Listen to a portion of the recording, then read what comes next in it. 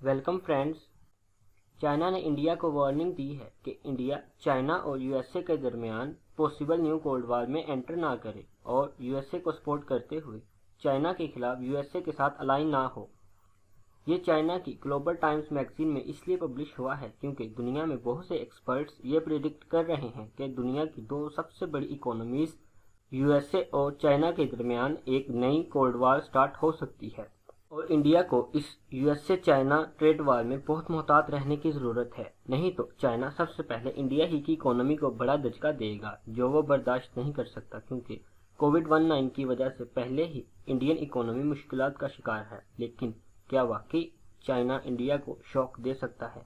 क्योंकि India China trade में India को पहले ही चाइना के साथ ट्रेड डेफिसिट का सामना है। इंडिया चाइना से $75 बिलियन की चीज़ें मंगवाता है जबकि सिर्फ $18 बिलियन की चीज़ें एक्सपोर्ट करता है। इस तरह इंडिया को ऑलमोस्ट $57 बिलियन का लॉस होता है। अगर इंडिया चाइना से सामान खरीदना बंद करता है तो इसका ये $57 बिलियन का लॉस तो नहीं होगा, लेकिन इसकी बहुत सी इंडस्ट्रीज जो चाइना के इस सामान पर डिपेंड करती है इन्हें बहुत नुकसान होगा। जैसे इंडिया मेडिसिन बनाने के लिए ऑलमोस्ट तमाम एक्टिव फार्मास्यूटिकल इंग्रेडिएंट्स, जिन्हें एपीआई भी कहा जाता है, चाइना से मंगवाता है।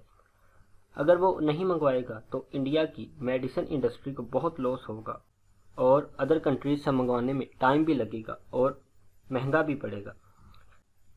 लिहाजा इस सब सूरत हाल को मद्देनजर रखते हुए इंडिया को यूएसए चाइना कन्फ्रंटेशन में इन्वॉल्व होने के मुतालिक बहुत मोहतात रहने की ज़रूरत है।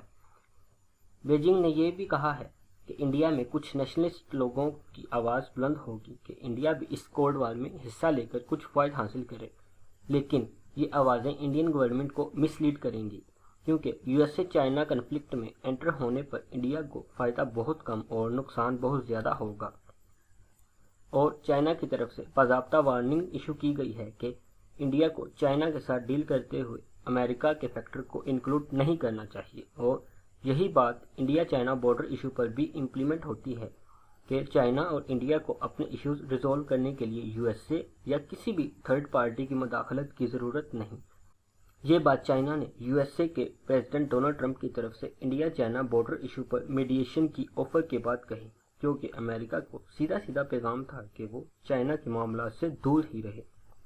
हाँ, अगर इंडिया इस नई कोल्ड वॉर में यूएसए का प्यादा बनकर चाइना के अगेंस्ट जाता है या चाइना पर हमला करता है तो चाइना इंडियन इकोनॉमी को सीवियरली हिट करेगा और इंडिया इस कोरोना वायरस वाली करंट सिचुएशन में ये डैमेजिंग हिट बर्दाश्त नहीं कर सकेगा, क्योंकि लॉकडाउन की वजह से इंडियन इकोनॉमी पहले ही बहुत ज़्यादा प्रेशर में है और प्रिडिक्शंस की जा रही हैं कि इंडियन इकोनॉमी आने वाले वक्त में कुछ रिसेशन देखेगी। और बीजिंग की तरफ से ये भी वार्निंग दी गई है कि इंडियन गवर्नमेंट को इंडिया चाइना रिलेशंस में अमेरिका या नेशनलिस्ट सेंटिमेंट्स को मद्देनजर रखने की बजाय अच्छे इंडिया चाइना रिलेशंस की तरफ देखना चाहिए, नहीं तो चाइना यूएसए से पहले इंडिया पर फोकस करते हुए इंडियन इकोनॉमी को सख्त नुकसान पहुंचा सकता है। और इंडिया की तरफ से इन सब वार्निंग्स के रिस्पॉन्स में ये कहा जा रहा है कि इंडिया अब 1962 वाला इंडिया नहीं है, अब इंडिया भी भरपूर जवाब दे सकता है। अब देखना यह है कि इस यूएसए चाइना की पॉसिबल कोल्ड वॉर में इंडिया क्या स्टांस लेता है और क्या पॉलिसी बनाता है, जो आने वाला वक्त बताएगा। This is India China warning analysis. उम्मीद है आपको ये एनालिसिस पसंद आया होगा। So friends, this is end of this video. Thanks for watching.